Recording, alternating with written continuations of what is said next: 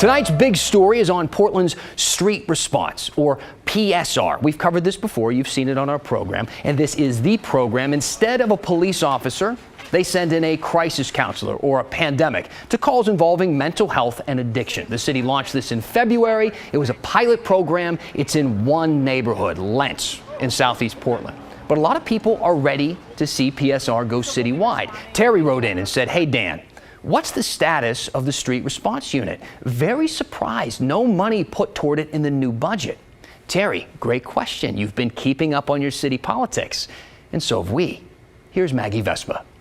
We're the Portland Street Response Team. We're a new program that's... Portland Street Response is back in the news and at the center of a city budget battle. First, here's the statement no one disputes. The community is just thirsty for Portland Street Response. City Commissioner Jo Ann Hardesty oversees Portland Street Response. Instead of an armed police officer, the program sends a crisis counselor and a paramedic to calls involving mental health and addiction.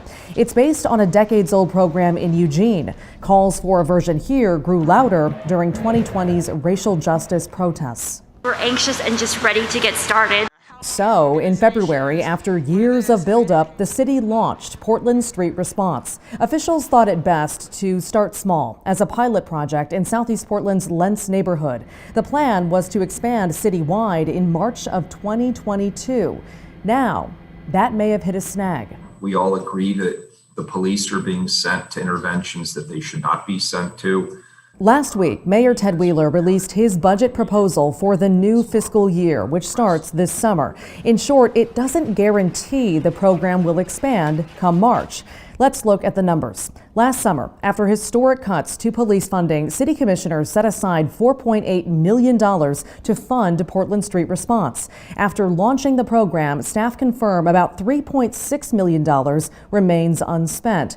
They had planned to put that toward that citywide expansion, hiring staff, buying vans and equipment, and so on. Now, instead of signing off on spending that money, the mayor wants to hold back. He's proposing greenlighting just under $1 million to keep the program in Lentz and revisiting whether to spend the rest once council has had a chance to review data. It has served us well. Hardesty wants council to greenlight the full spending now. Waiting until March or close to it, she says, delays necessary legwork by several months. Well, we wouldn't be able to buy additional vehicles. We wouldn't be able to start training staff. And so we're having an opportunity to collectively make sure that the budget reflects our values. Mayor Wheeler wasn't available for an interview, but in a statement he said, quote, "We are united in the goal of providing safe, effective services to people experiencing mental health and other related crises." The debate is marked by rocky moments for Portland Street Response. Last month, Willamette Week reported PSR was being vastly underutilized, with 911 dispatchers sending the teams on 1 or 2 calls a day. New data from the program's online dashboard shows the call rate is increasing. PSR went out on 63 calls in April, up from 43 in March. Also last month, a deadly police shooting in the same neighborhood Street Response serves pointed a spotlight at the program. A Portland police officer shot and killed Robert Delgado in Lentz Park. They said he was armed at the time, later saying it was a replica gun. Critics argued Portland Street Response should have been sent, perhaps with police, to try and de-escalate the situation. PSR has said it's reviewing their criteria for calls moving forward. I want to see the pilot program's full expansion as intended. Wednesday night, city commissioners heard public testimony on the issue. They're also getting feedback on social media. Congressman Earl Blumenauer and Senator Ron Wyden both tweeting support for Hardesty's plan to fund the program in full. And the local paper, Street Roots, published an op-ed calling for the same. Well, yesterday on the streets of Old Town, a lot of people who work with Street Roots or unhoused were discussing this, and that there was a sense of betrayal, like that their very lives actually are on the line. Okay, Maggie Vespa joining us now. So Maggie, both Mayor Wheeler and Commissioner Hardesty had pretty measured responses today. So what do you think, what do we know is going to happen moving forward? Sure. So what we know is going to happen is that Commissioner Hardesty is going to submit an amendment to the mayor's budget proposal, basically saying, I want to change this and I want to fund Portland Street Response in full, what she described in our piece. She told me that she was confident she could get a 5-0 vote in favor of her amendment, but we know that the mayor supports his plan, which is the opposite of that. We know that Commissioner Mingus Mapps has said he also supports the mayor's plan, so he wouldn't be voting with Hardesty either, unless he changes his mind. And then the Oregonian just reported late today that Commissioner Dan Ryan also says he will support the mayor's more measured plan. So at this point, Commissioner Hardesty and Commissioner Carmen Rubio support her funding in full right-of-way proposal. That said, they have a lot of time to talk about this. These things go back and forth in the budget process a lot, and the final vote on this budget isn't set until mid-June. So we'll see what happens. All right. Another thing that I was hoping you could tell us about. You spoke today at length with the rep for the street response team. Why exactly did they start in Lents?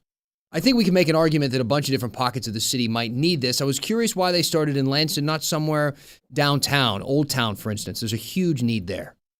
I know, no matter how many times we cover this story, we get this question from viewers, and it's a valid question. A lot of people wonder that. And basically, there are a number of reasons, but today I kind of got the bluntest answer that I've ever gotten. And it basically was, they said they started in Lents, again, for several reasons. One of them being that to start a pilot project with a small team who hasn't been through a lot of training, they haven't done this yet in Portland, downtown would have probably been overwhelming. Like, that's just a very intense environment. So they wanted to start them in an area where there absolutely is need, which there is in Lents, but it's not quite as intense as downtown.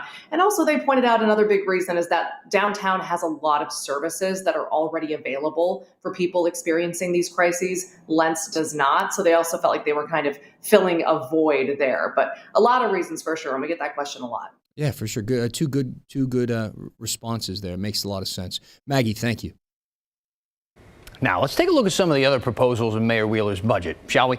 He wants to spend a lot of money in the next year cleaning up the city. It's something I know a lot of you want to see happen. We get messages and emails every night about the trash and the vandalism, and a lot of people saying they're embarrassed by the way Portland looks right now. And the mayor's budget proposal dedicates millions of dollars to clean it up and to tackle homelessness. Let's take a look at the specifics. The mayor wants to spend $5.7 million to clean up trash in parks and neighborhoods across the city. $300,000 of that would go toward paying homeless people $20 an hour to clean up the trash, and another $1.2 million will be set aside to clean up camps. There's also $3.4 million in the mayor's budget for cleaning up the graffiti that's all over town, and $500,000 for businesses that have had vandalism and damage over the past year. I feel like that $500,000 is going to go quickly. He also wants to allocate millions to help with homelessness, including $2 million going toward opening new shelters, another $2 million for hygiene stations around the city, and $250,000 specifically set aside for transgender people who are homeless. The Portland Police Bureau, well, they are going to be losing a lot of money if the mayor's plan gets approved. Overall, PPB would lose about $9 million. Wheeler wants to give PPB a one-time $5 million influx in order to quickly hire 30 new police officers. And that's because there's already a shortage of officers there at the Bureau, and they say they're going to be losing even more of them over the next few years.